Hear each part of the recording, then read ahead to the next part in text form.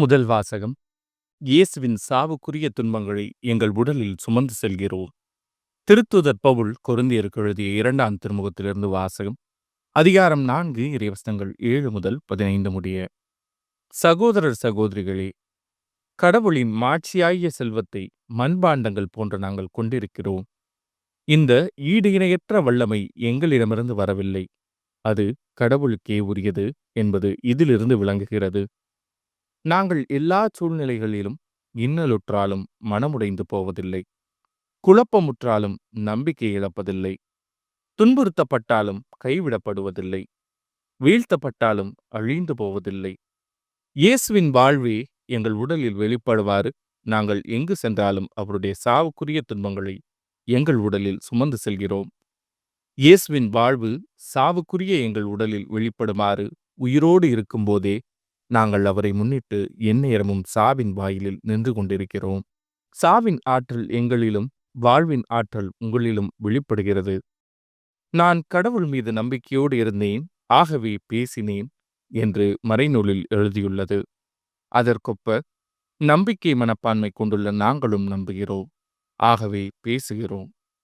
ஆண்டவர் இயேசுவை உயிர்த்தெழச் செய்த கடவுளே எங்களையும் அவரோடு உயிர்த்தெழச் செய்து அவர் திருமுன் நிறுத்துவார், உங்களையும் அவ்வாறே நிகழ்த்துவார் என்பது எங்களுக்கு தெரியும். இவை அனைத்தும் உங்கள் நன்மைக்கே நிகழ்கின்றன. இறையருள் பெறுவோரின் தொகை பெருக பெருக அவர்கள் கடவுளுக்கு செலுத்தும் நன்றியும் பெருகும். இதனால் கடவுள் போற்றி புகழப்படுவார். இது ஆண்டவரின் அருள்வாக்கு. இறைவா உமக்கு நன்றி. பதிலுரை பாடல்.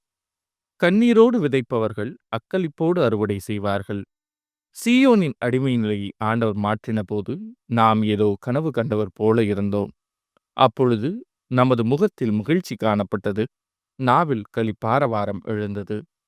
கண்ணீரோடு விதைப்பவர்கள் அக்களிப்போடு அறுவடை செய்வார்கள். ஆண்டவர் அவர்களுக்கு மாபெரும் செயல் புரிந்தார் என்று பிற இனத்தார் தங்களுக்குள் பேசிக்கொண்டனர். ஆண்டவர் நமக்கு மாபெரும் செயல் புரிந்துள்ளார், அதனால் நாம் பெருமகிழ்ச்சியுறுகின்றோம். கண்ணீரோடு விதைப்பவர்கள் அக்களிப்போடு அறுவடை செய்வார்கள். ஆண்டவரே தென்னாட்டின் வறண்ட ஓடையை நீரோடையாக வான்மலை மாற்றுவது போல எங்கள் அடிமை நிலையை மாற்றியருளும். கண்ணீரோடு விதைப்பவர்கள் அக்களிப்போடு அறுவடை செய்வார்கள். கண்ணீரோடு விதைப்பவர்கள் அக்களிப்போடு அறுவடை செய்வார்கள். விதையை எடுத்து செல்லும்போது அழுகையோடு செல்கின்றார்கள். அரிகளை சுமந்து வரும்போது அக்களிப்போடு வருவார்கள். கண்ணீரோடு விதைப்பவர்கள் அக்களிப்போடு அறுவடை செய்வார்கள். நற்செய்தி வாசகம். என் கிண்ணத்தில் நீங்கள் குடிப்பீர்கள். மத்தேயு எழுதிய தூய நற்செய்தியிலிருந்து வாசகம். அதிகாரம் 20 இறைவசனங்கள் 20 முதல் 28 முடிய. அக்காலத்தில் செபதேயுவின் மனைவி தம் மக்களோடு ஒரு வேண்டுகோள் விடுக்குமாறு இயேசுவிடம் வந்து பணிந்து நின்றார். உமக்கு என்ன வேண்டும் என்று இயேசு அவரிடம் கேட்டார். அவர், நீர் ஆட்சி புரியும் போது என் மக்களாகிய இவர்கள் இருவருள் ஒருவன் உமது வரியணையின் வலப்புறமும் இன்னொருவன் இடப்புறமும் அமரச் செய்யும் என்று வேண்டினார்.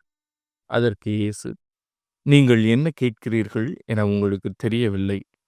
நான் குடிக்கப் போகும் துன்பக் கிண்ணத்தில் உங்களால் குடிக்க இயலுமா என்று கேட்டார். அவர்கள், எங்களால் இயலும் என்றார்கள். அவர் அவர்களை நோக்கி, ஆம், என் கிண்ணத்தில் நீங்கள் குடிப்பீர்கள். ஆனால் என் வலப்புறத்திலும் இடப்புறத்திலும் அமரும்படி அருளுவதோ எனது செயல் அல்ல.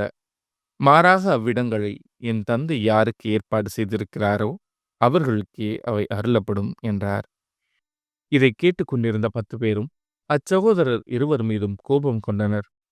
இயேசு அவர்களை வரவழைத்து, பிற இனத்தவர்களின் தலைவர்கள் மக்களை அடக்கி ஆளுகின்றார்கள். உயர்குடி மக்கள் அவர்கள் மீது தங்கள் அதிகாரத்தை காட்டுகிறார்கள். இதை நீங்கள் அறிவீர்கள்.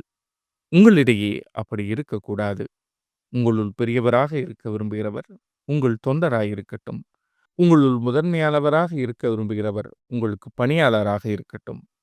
இவ்வாறே மானிட மகனும் தொண்டு ஏற்பதற்கல்ல, தொண்டு ஆற்றுவதற்கும் பலருடைய மீட்புக்கு ஈடாக தம் உயிரை கொடுப்பதற்கும் வந்தார் என்று கூறினார். இது ஆண்டவரின் அருள் வாக்கு. கிறிஸ்துவே உமக்கு புகழ்.